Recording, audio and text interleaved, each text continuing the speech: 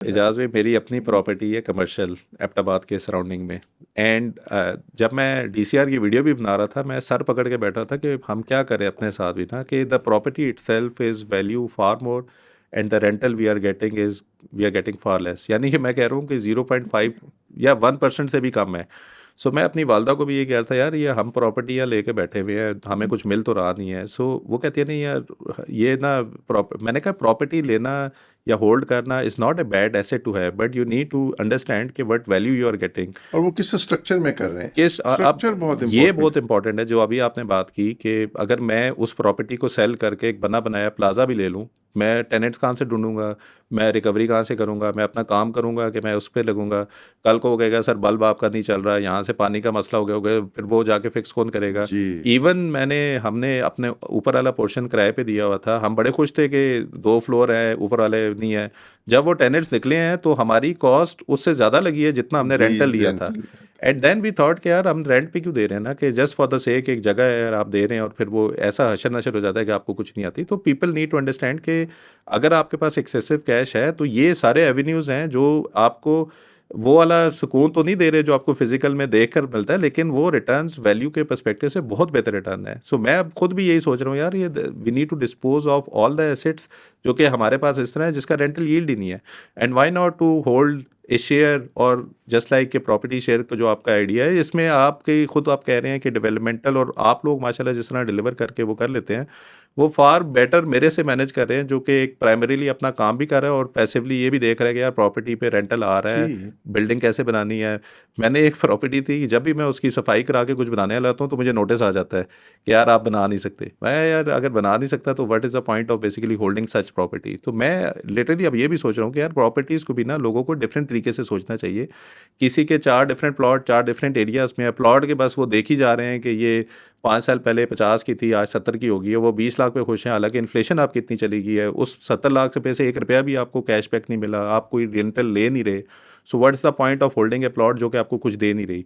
सो एक जो पॉइंट मेरा था जो कि मैंने उस वीडियो में भी 72,000 में कहा था, कि लोग people invest millions of rupees in holding A plot, जबकि वही इन्वेस्टमेंट अगर डीसीआर में करते तो वो नहीं मिलियंस के ऊपर उनको रेंटल ही फ्री में पड़ जाता, क्योंकि उसका डिविडेंड इतना ज़्यादा था कि आपको कुछ नहीं वो हो सकता था। एक जो बड़ा मिसट्रस्ट है वो यही है कि जब आप प्रॉपर्टी लेते हैं and you think it's a good property to own, 4 साल में आपकी डिलीवरी है और चौथे साल में आपको समझ आता है कि लिटिगेशन, अभी भी आपने देखा होगा वो जो सीडीए का एक प्लॉट के ऊपर काफ़ी ज़्यादा डिस्कशन हो रही है, काफ़ी बड़े बड़े लोगों ने अपार्टमेंट दिया कॉन्स्टिट्यूशन एवेन्यू जो वो चल रहा था। सो इस तरह के फ्रॉड्स भी हैं जो कि आपको समझ नहीं आती है कि जहाँ पे आप प्रॉपर्टी ले रहे हैं। आई थॉट कि एक्स प्राइम मिनिस्टर का भी फ्लैट था वहाँ पे। अब हम जैसा आम बंदा अगर ये सोचे कि यार उनका फ्लैट था तो इसका मतलब है प्रॉपर्टी तो ठीक होगी, लोगों ने जाके इन्वेस्ट भी इसीलिए किया कि कोई बड़े बड़े नाम थे। इवेंचुअली नाउ पता चला जी कि वो सीडीए ने कहा था जी इस पे तो होटल बनेगा, ये अपार्टमेंट कैसे बन गया, सबको फारे करो बाहर करो। अब जिन लोगों ने करोड़ों की प्रॉपर्टियां ली थी उनको समझ नहीं आ रही कि ये हमारा क्या कसूर है, हमने तो किसी से परचेज़ किया था।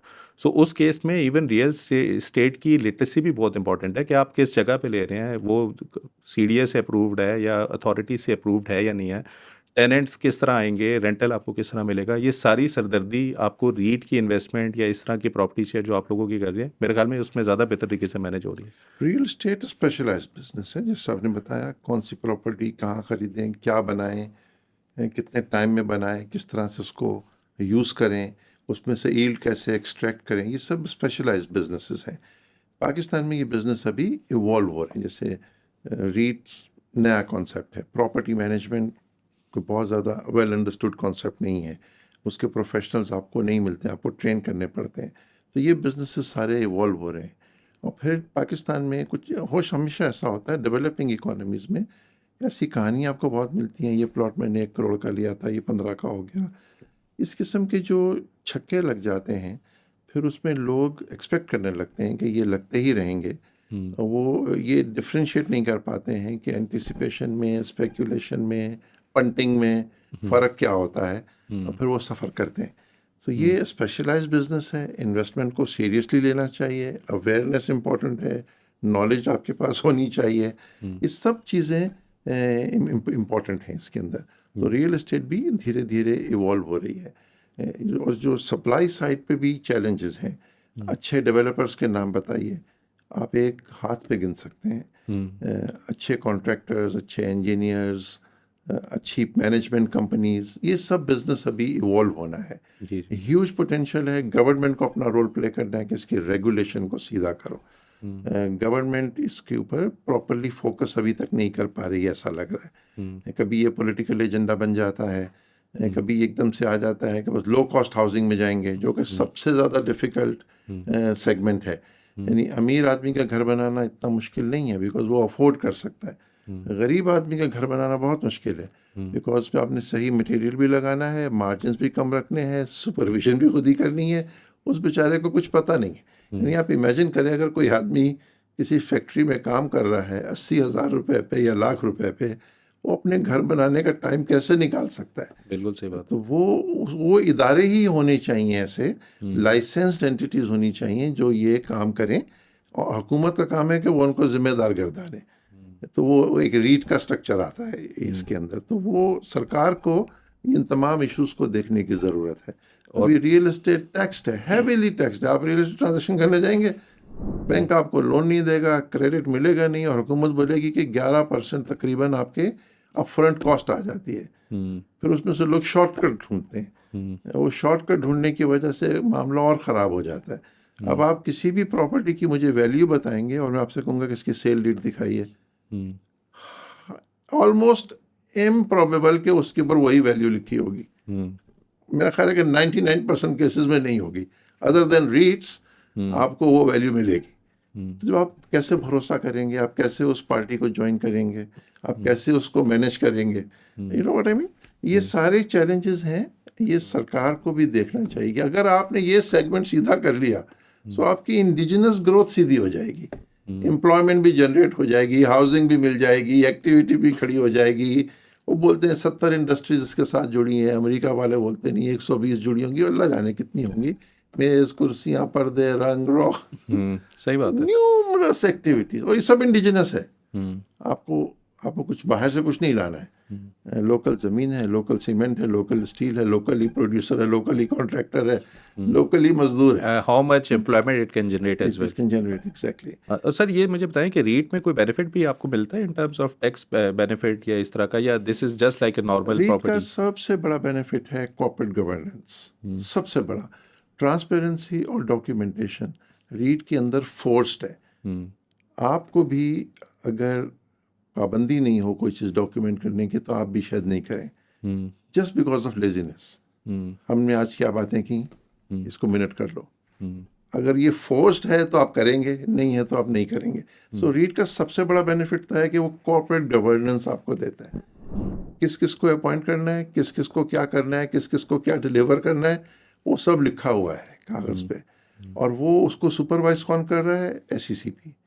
और फिर उसकी लिस्टिंग मैंडेटरी है, तो उसको मार्केट भी मॉनिटर कर रही है। फिर आप एक साइजेबल प्रोजेक्ट लेकर आ रहे हैं, तो उसमें नंबर ऑफ स्टेक होल्डर्स बढ़ जाते हैं, तो वो उसको बेनिफिट देते हैं। सो रीट का जो बेसिक बेनिफिट है वो है कॉर्पोरेट गवर्नेंस का। उसमें एक एडवांटेज क्या है, तो दुनिया भर में रीट्स जो हैं ये पास थ्रू व्हीकल है। यानी रीट अपने पास प्रॉफिट रिटेन नहीं करती, वो 90% प्रॉफिट डिस्ट्रीब्यूट कर देती है। अगर वो 90% मिनिमम डिस्ट्रीब्यूट करे तो उसको टैक्स नहीं लगता है।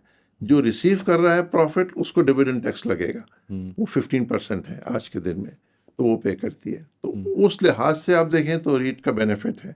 लेकिन रीट compete किससे कर रही है? इनफॉर्मल सेक्टर से। इनफॉर्मल सेक्टर है ना, वो अपनी रेवेन्यू आपको डिक्लेयर कर रहा है, ना वो अपनी कॉस्ट आपको डिक्लेयर कर रहा है, ना वो आपको प्रॉफिट डिक्लेयर कर रहा है। सो हमने एक एनालिसिस किया एक प्रोजेक्ट का, किसको हम रीट में करें या आउटसाइड द रीट करें।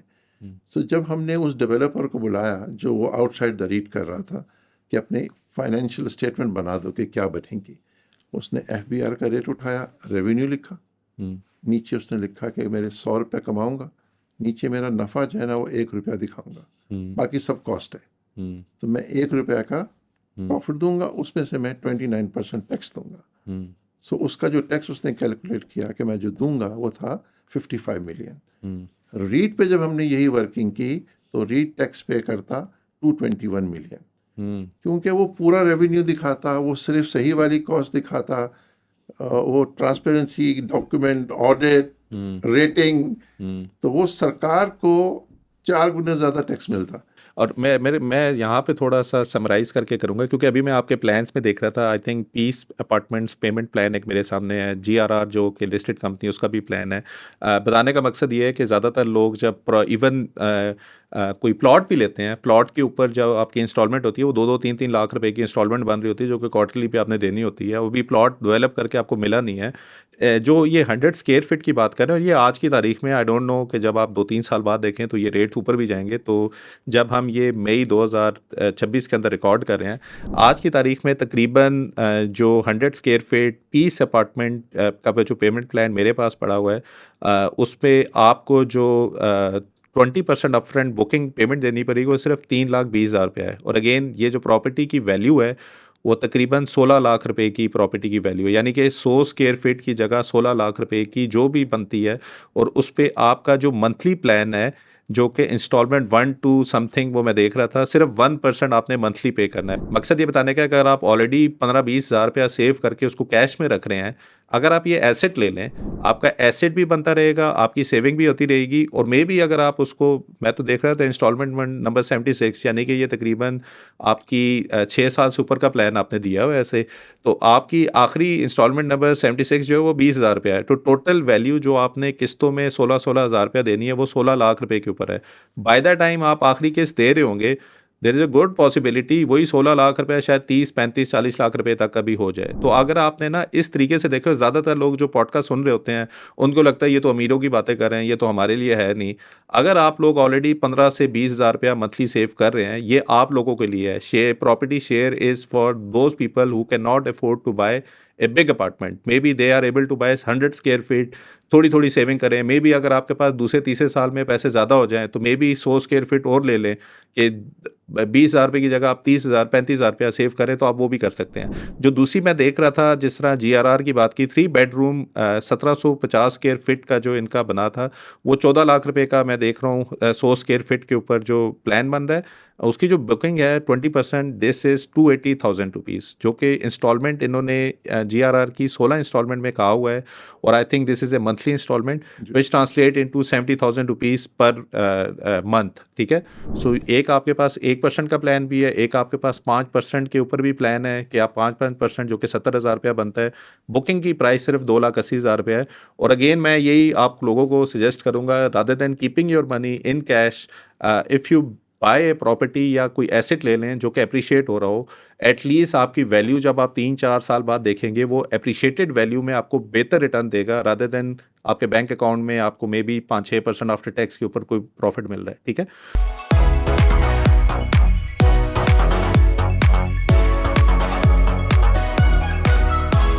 सरमाया.pk, जहां हर फैसला बने सरमाया।